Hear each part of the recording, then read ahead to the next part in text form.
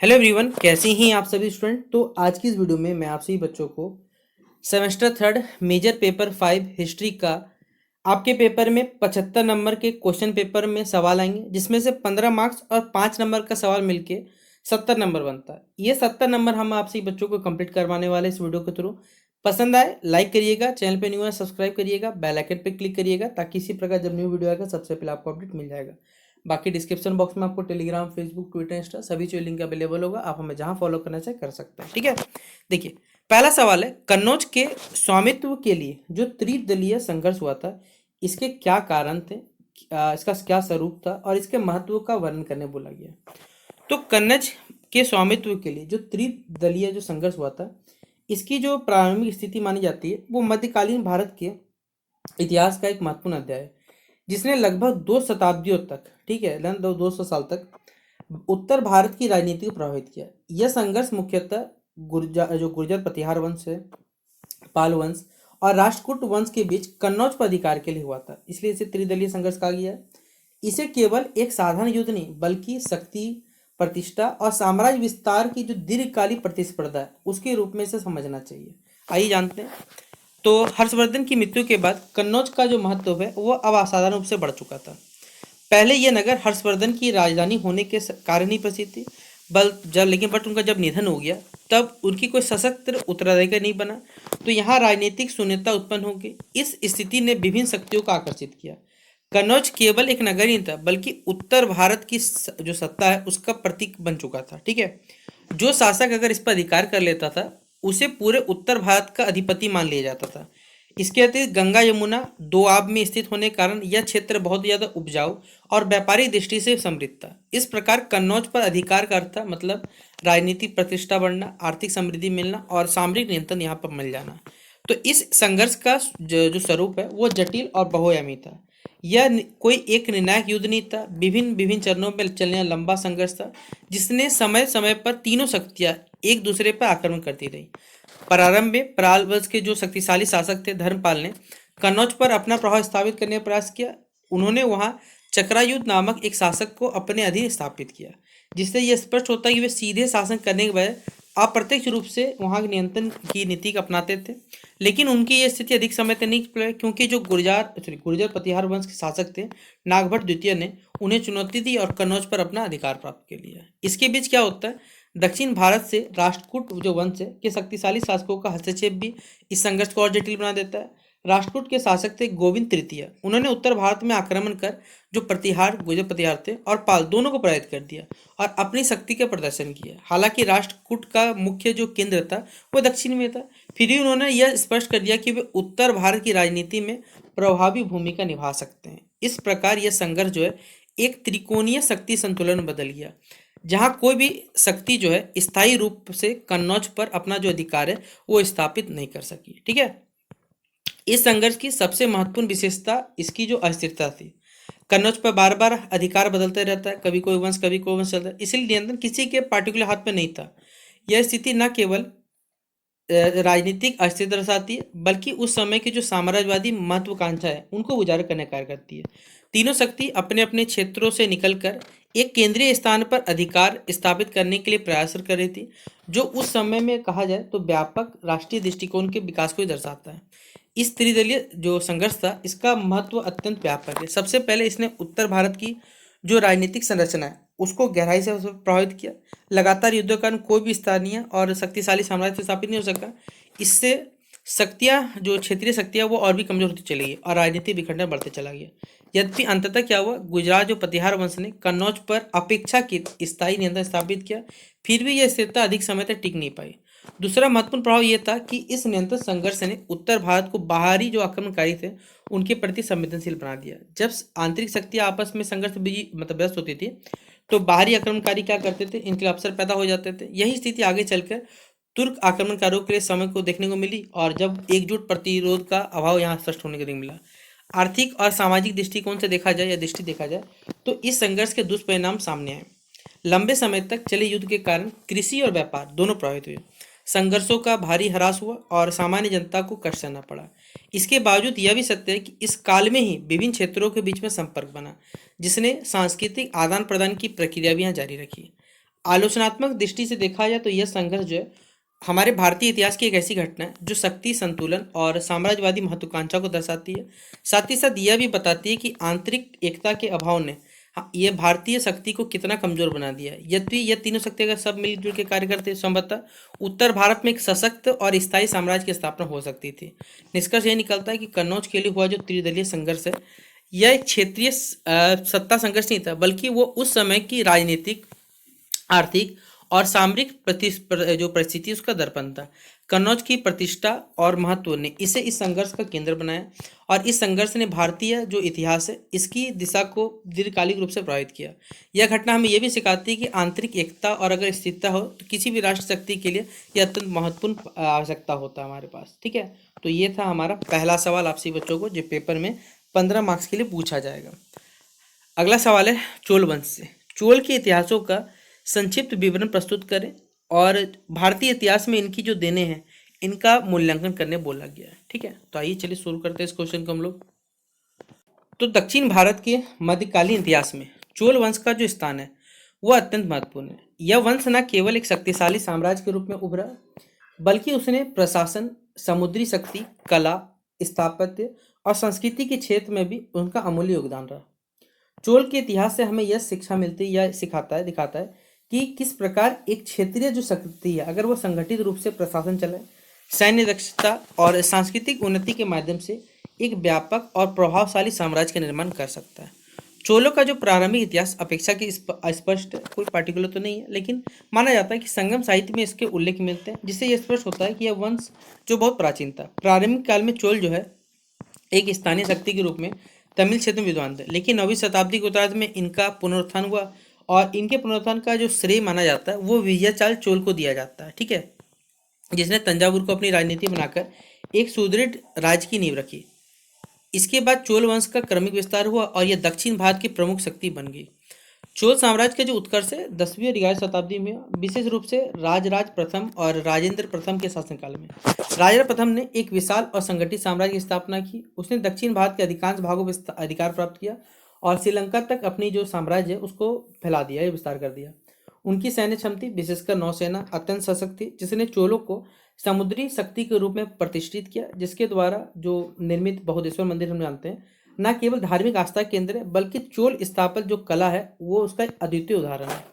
राजेंद्र प्रथम ने अपने पिता की नीति को आगे बढ़ाते हुए साम्राज्य की और विस्तार किया। उसने बंगाल तक अभियान चलाया और गंगा जल को दक्षिण में लाकर अपनी विजय का प्रतीक बनाया। साथ ही साथ उसने दक्षिण पश्चिम या दक्षिण पूर्व एशिया के देश जैसे श्री विजय पर भी आक्रमण किया, जिससे स्पष्ट होता है कि चोल केवल स्थलीय शक्ति ही नहीं बल्कि एक समुद्री साम्राज्य भी थे। इस प्रकार चोलों का इतिहास केवल दक्षिण भारत तक सीमित बल्कि इसका प्रभाव अंतर्राष्ट्रीय स्तर तक भी फैल चुका था। चोलों की सबसे महत्वपूर्ण विशेषता उनकी जो सुव्यवस्थित प्रशासनिक व्यवस्था थी। उन्होंने अपने विशाल साम्राज्य को कुशलतापूर्वक संचालित करने के लिए एक संगठित प्रशासन विकसित किया। साम्राज्य को विभिन्न प्रांत, जिले और ग्राम में विभाजित किया गया। विशेष रूप से ग्राम प्रशासन में स्थानीय स्वशासन की जो व्यवस्था है वो अत्यंत विकसित थी। ग्राम सभाएं हो, स्थानीय प्रशासन हो गया, कर संग्रह हो गया, न्याय व्यवस्था का संचालन करती थी। यह व्यवस्था उस समय भारतीय हमारा जो प्राचीन इतिहास है उसका एक आदर्शवादी उदाहरण माना जाता था, क्योंकि उसमें जनता की जो सक्रिय भागीदारी इसमें निश्चित होती थी। आर्थिक रूप से जो चोल काल था वो समृद्धि का काल था। कृषि मुख्य आधार थी और सिंचाई के लिए नदी, तालाब, जलाशयों का विकास हुआ। कावेरी नदी के डेल्टा क्षेत्र को अत्यधिक उपजाऊ बनाया गया, जिससे उत्पादन वृद्धि हुई। साथ ही साथ व्यापार और जो भी कह सकते हैं वाणिज्य का भी उल्लेखनीय विकास हुआ। चोलों की जो नौसेना थी उसने समुद्री व्यापार को और प्रोत्साहित किया और भारत के दक्षिण पूर्व एशिया के देशों के बीच घनिष्ठ व्यापारिक संबंध स्थापित किया। इसने न केवल आर्थिक समृद्धि बढ़ी बल्कि जो सांस्कृतिक संपर्क है वो भी सुदृढ़ हुआ। सांस्कृतिक दृष्टि से चोल जो काल है यह अत्यंत समृद्ध काल था। इस काल में मंदिर केवल धार्मिक स्थल नहीं थे बल्कि एक सामाजिक, आर्थिक और सांस्कृतिक गतिविधियों का केंद्र भी थे। चोल स्थापत्य कला अपने भव्य मंदिरों के लिए बेसिकली प्रसिद्ध था, जिसमें बृहदेश्वर मंदिर है वो विशेष रूप से उल्लेखनीय है। इस मंदिर की विशेषता या जो विशालता है, ऊंचे शिखर हो गए, उत्कृष्ट मूर्ति कला हो गया, चोल की जो कलात्मक प्रतिभा को दर्शाते हैं। इसके अतिरिक्त कांस्य से जो वास्तुकला है वह मूर्ति कला का भी विकास इसी काल में हुआ, जिसने नटराज की प्रतिमा जो विशेष रूप से समृद्ध है, प्रसिद्ध है। धार्मिक दृष्टि देखा जाए तो चोल शासक मुख्यतः शिव भक्त थे।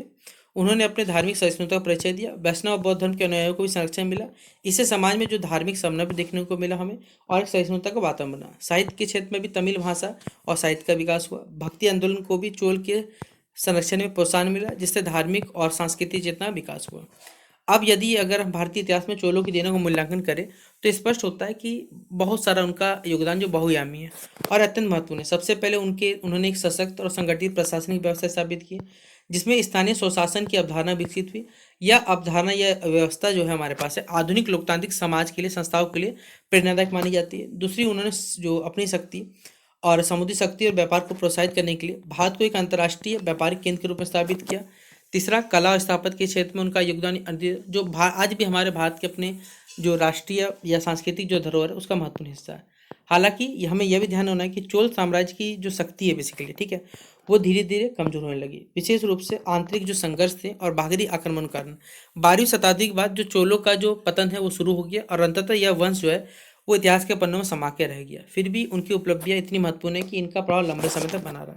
निष्कर्ष अगर कहा जाए तो चोल वंश का इतिहास भारतीय इतिहास का एक महत्वपूर्ण या गौरवपूर्ण अध्याय। उन्होंने न केवल एक विशाल और शक्तिशाली साम्राज्य का बेसिकली निर्माण किया, बल्कि प्रशासन, कला और संस्कृति और व्यापार के क्षेत्र में भी अमूल्य योगदान दिया। उनकी देने आज भी हमारे पास कहा जाए भारतीय सभ्यता और संस्कृति की पहचान को, महानता को दर्शाती है, और साथ ही साथ ये सिखाती है कि संगठित प्रयास, दूरदर्शिता हो, सांस्कृतिक चेतना के माध्यम से एक राष्ट्र जो है किस प्रकार उन्नति कर सकता है, यह हमें बताया जाता है। ठीक है, अगला सवाल है, मोहम्मद गौरी के आक्रमण के कारण और क्या स्वरूप थे, इसके क्या परिणाम हुए, इनकी विवेचना करनी बोली गई है। तो चलिए शुरुआत करते हैं एक डकैत के बारे में, ठीक है, जिसका नाम था मोहम्मद गौरी। मध्यकालीन भारतीय इतिहास में मोहम्मद गौरी के आक्रमण अत्यंत ही महत्वपूर्ण माने जाते हैं, क्योंकि इसने भारत की राजनीतिक दिशा को निर्णायक रूप से बेसिकली बदल दिया। गौरी के आक्रमण बेसिकली लूट तक सीमित नहीं था, बल्कि उसका उद्देश्य यही था स्थानीय शासन की स्थापना करना। इसी कारण उसने आक्रमण का स्वरूप और चुनाव दोनों ही क्या किया, गहरे और दीर्घकालिक प्रभाव यहाँ पर डालते रहा। ठीक है, सबसे पहले अगर हम बात करने की कोशिश करें यहाँ तो सबसे पहले यदि हम उसके आक्रमणों के कारण को समझे, तो ये स्पष्ट होता है कि इनसे राजनीतिक, आर्थिक और जो सामरिक तत्वों का मिश्रण था। उस समय भारत राजनीतिक रूप से विभाजित था, और कोई भी मजबूत यहाँ पर केंद्रीय सत्ता तो नहीं थी। विभिन्न राजपूत जो राज्य थे आपसी संघर्षों में उलझे हुए थे, जिससे जो बाहरी आक्रमणकारियों के लिए एक अनुकूल स्थिति बन चुका था। गौरी ने इस कमजोरी को भांप लिया था और इसी विस्तार का अपना अवसर बना लिया था। इसके अतिरिक्त देखा जाए तो उसने अपने राज्य गौर की जो भौगोलिक स्थिति है और सीमित संसाधनों से भी नए क्षेत्रों की ओर विस्तार करने का प्रेरित किया। भारत उस समय आर्थिक दृष्टि देखा बहुत समृद्ध था, इसलिए यहाँ की संपदा भी उसे आकर्षित करती थी। गौरी के आक्रमणों के पीछे एक महत्वपूर्ण कारण उसकी जो साम्राज्यवादी महत्वाकांक्षा ये भी थी। वह केवल सीमित विजय से संतुष्ट नहीं था, बल्कि अपने आप को एक स्थायी और विस्तृत साम्राज्य स्थापित करना चाहता था। यही कारण है कि उसने बार बार भारत पर आक्रमण किया और प्रत्येक पराजय के बाद फिर भी प्रयास किया। धार्मिक तत्व ही नहीं, बल्कि उनके अभियानों ने आंशिक रूप से उपस्थित था, परंतु लेकिन यह कहना अधिक उचित होगा कि उसका उद्देश्य केवल राजनीतिक विस्तार करना था, सत्ता की स्थापना नहीं था, बल्कि अपने धर्म का प्रसार भी करना था। ठीक है, यदि उसके आक्रमणों के स्वरूप पर विचार करें तो स्पष्ट होता है कि वह संगठित, एक योजनाबद्ध और रणनीतिक था। उसने प्रारंभ सबसे पहले सिंध और पंजाब के क्षेत्रों पर अधिकार विस्तार किया, फिर उसने भारत में प्रवेश का एक स्थायी आधार बना दिया। इसके बाद उसने अपने भारत में, उत्तर भारत में अपना ध्यान आकर्षित किया, केंद्रित किया। जो तराइन का पहला युद्ध हुआ था, जिसमें पृथ्वीराज चौहान जी के हाथों उनको अपना पराजय का सामना करना पड़ा, लेकिन फिर भी वो ढीठ था, हार नहीं माना। फिर अगले बार आया, उसने फिर बेहतर तैयारी की, फिर रणनीति के साथ आया, फिर तराइन का दूसरा युद्ध हुआ, लेकिन यह निर्णायक विजय प्राप्त हुआ। यह उसकी दृढ़ता और व्यापारिक जो व्यवहारिक दृष्टिकोण उसका प्रमाण है। गौरी की युद्ध शैली है वो राजपूतों से भिन्न थी, क्योंकि ये जो भी लोग थे जो तुर्क आक्रमणकारी थे, इनका कोई नियम नहीं था। क्योंकि देखिए, कोई भी युद्ध होता है, चाहे कोई भी होते हैं, सबको अपने कुछ कुछ नैतिक रूल्स होते हैं, कुछ कुछ नैतिकता चीज़ होती है, लेकिन इन लोगों को नैतिकता तो थी ही नहीं। ठीक है, हमारे जो भी कह सकते हैं महान योद्धा थे, वो सभी के सभी कुछ ना कुछ कभी ना कुछ उनके कुछ देखिए रूल्स थे। जैसे रात होता तो युद्ध नहीं होता था, इन लोगों में कुछ नहीं था, भैया जब आक्रमण करना चाह कर दो। वो घुड़सवार सेना, तीरंदाजी और तेज गति वाले हमलों का प्रयोग करता था। उनकी सेना अनुशासित और संगठित थी, जबकि हमारे जो राजपूत थे उनकी अधिकतर व्यक्तिगत वीरता के रूप में देखते थे। गौरी छल, कपट, कूटनीति और मनोवैज्ञानिक युद्ध का एक प्रभावी उपयोग किया, जिससे उसे सफलता मिली। उसकी नीति केवल विजय प्राप्त करना नहीं था, बल्कि विजित क्षेत्रों में अपने प्रतिनिधि को नियुक्त करके स्थायी जो प्रशासन है उसको स्थापित करना था। इसी क्रम में उसने अपने विश्वसनीय जो सेनापति कुतुबुद्दीन ऐबक, ठीक है ना, उसने भारत में भेजा, जिसने आगे चलकर जो हम लोग देखते हैं, ठीक है, जो मुगल काल मतलब क्या, बेसिकली ये पूरा पीरियड टाइम पीरियड ही उन्हीं के सा कहा जाए तो आक्रमण के बाद बना था। तो गौरी के आक्रमण के बाद जो अत्यंत व्यापक और दीर्घकालिक थे, सबसे महत्वपूर्ण थे भारत में मुस्लिम शासन की स्थापना का मार्ग प्रशस्त हुआ। तराइन के द्वितीय युद्ध के बाद उत्तर भारत में जो राजपूत शक्ति उसका पतन तेजी से हुआ और दिल्ली तथा जो आसपास के क्षेत्रों में गौरी का जो नेतृत्व स्थापित हो पाया। यद्यपि गौरी स्वयं तो बेसी जिंदा नहीं रहा, लेकिन उनका जो द्वारा जो स्थापित प्रशासनिक ढांचा है वो आगे चलकर दिल्ली सल्तनत की बेसिकली नींव बना। राजनीतिक दृष्टिकोण से देखा जाए तो इन आक्रमणों ने उत्तर भारत की सत्ता संरचना को पूरी तरह बदल दिया। पहले जहाँ छोटे छोटे राज्य थे वहाँ एक अब केंद्रीय शासन के उद्देश्यों में विकास हुआ। गौरी के प्रतिनिधियों ने प्रशासनिक सुधार किए और एक नई शासन प्रणाली की शुरुआत की जो आगे चलकर अधिक विकसित रूप में सामने आई। सामाजिक और सांस्कृतिक दृष्टिकोण से देखा जाए तो इन आक्रमणों का प्रभाव पड़ा भारत में इस्लामी इस जो संस्कृति है उसका परिवेश हुआ, जिसने भारतीय समाज में नई संस्कृति धारा का समावेश हुआ। हालांकि प्रारंभिक चरण में संघर्ष और टकराव की स्थिति भी रही, लेकिन समय के साथ यह संपर्क जो है सांस्कृतिक समन्वय में बदल गया, जिसने हमारी भारतीय संस्कृति को समृद्ध बनाया।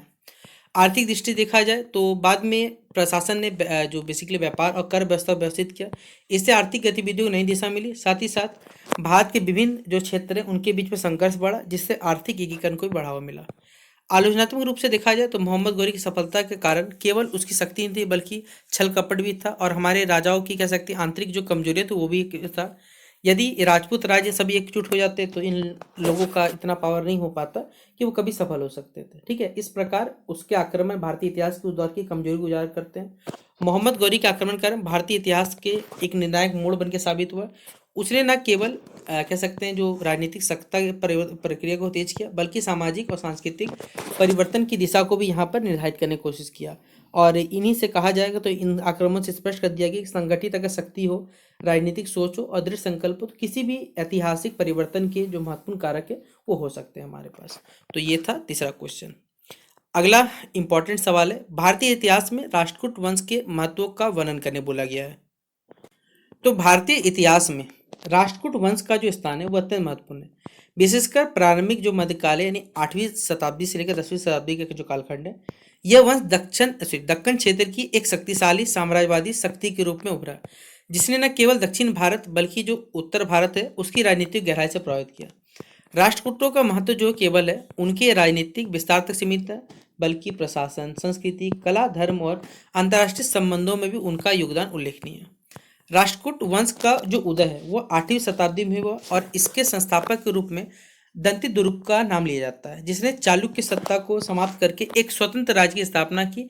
इसके बाद जो कृष्ण प्रथम जी थे, इस वंश को सुदृढ़ आधार प्रदान किया। राष्ट्रकूटों की राजधानी जो थी वो मान्यता खेता थी, मालखेड़ थी, जो राजनीतिक और सांस्कृतिक गतिविधियों का प्रमुख केंद्र था। इस वंश का उत्कर्ष जो है वो विशेष रूप से गोविंद तृतीय और अमोघ वर्ष प्रथम के समय में हुआ था।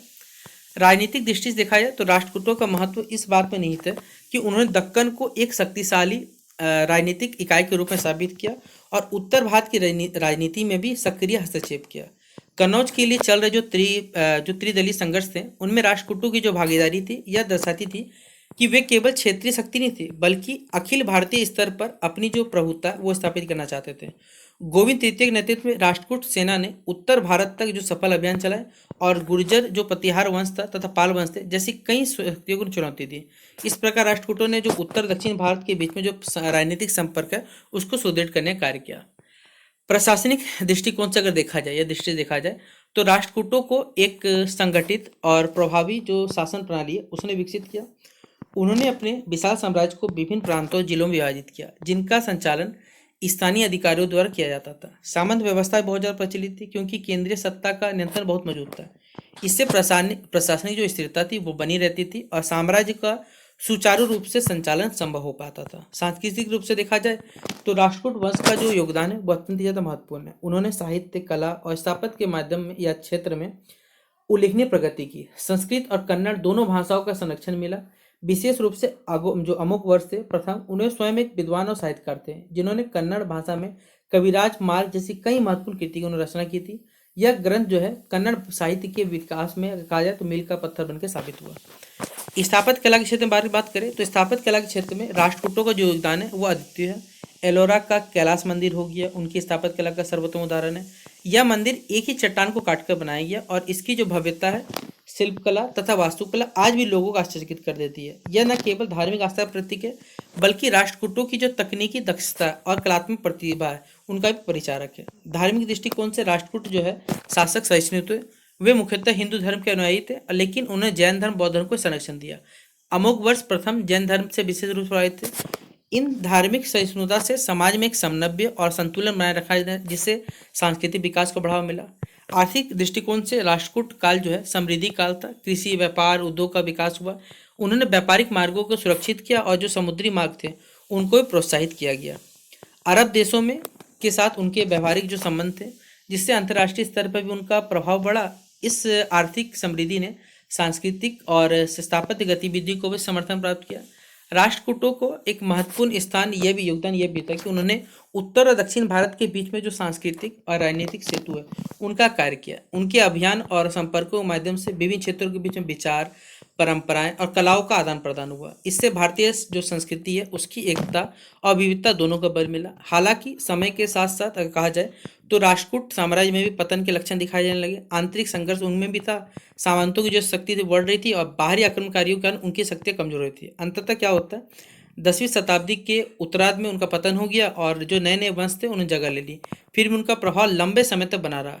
निष्कर्ष अगर कहा जाए हमारे पास है तो जो राष्ट्रकूट वंश है वो भारतीय इतिहास का एक महत्वपूर्ण अध्याय है। उन्होंने न केवल एक विशाल और शक्तिशाली साम्राज्य का निर्माण किया, बल्कि कला, साहित्य, स्थापत्य और धर्म के क्षेत्र में भी अमूल्य उनका योगदान रहा। उनका शासन जो है दक्षिण दक्कन क्षेत्र के राजनीतिक और सांस्कृतिक विकास का स्वर्णिम युग माना जाता है। राष्ट्रकूटों की जो उपलब्धियां वो आज भी हमारे भारतीय संस्कृति का एक अभिन्न हिस्सा है और योगदान का उनका महत्व जो है वो सदा बना रहेगा। तो ये था आप सभी बच्चों के लिए चौथा क्वेश्चन जो पेपर में पूछा जाएगा इंपॉर्टेंट के रूप में। तो टोटल 60 नंबर का सवाल हमने आप सभी बच्चों को करवा दिया। इससे पहले के वीडियोस में भी आप सभी बच्चों को हमने 4 क्वेश्चन शायद बता दिए थे। अगर आप सभी सवालों को करके चले जाते हैं तो 75 नंबर पेपर होता है। 75 में 70 नंबर आप सभी बच्चे बेहतरीन तरीके ला सकते हैं। और अगर आपने हमारे चैनल के प्ले सेक्शन पे सारे वीडियो को देख लिया तो 75 भी आ सकता है, क्योंकि वो पूरा सिलेबस ही आप सभी बच्चों को बताया हुआ है। तो शेयर कर दीजिएगा अगर आपको लगता है कि हमने आप सभी बच्चों के लिए मेहनत की है। आप इस वीडियो को लाइक कीजिएगा, क्योंकि आप लोग वीडियो देखते शायद लाइक करना भूल जाते होंगे। ठीक है, तो लाइक करें, शेयर करें। वीडियो कैसा लगा और कौन सा टॉपिक पढ़ना ये भी कमेंट बॉक्स में मेंशन करिएगा। बाकी आप सभी बच्चों को बेस्ट बेसिक एग्जामिनेशन के लिए मिलते हैं इस वीडियो पे। तब तक के लिए जय हिंद और जय भारत।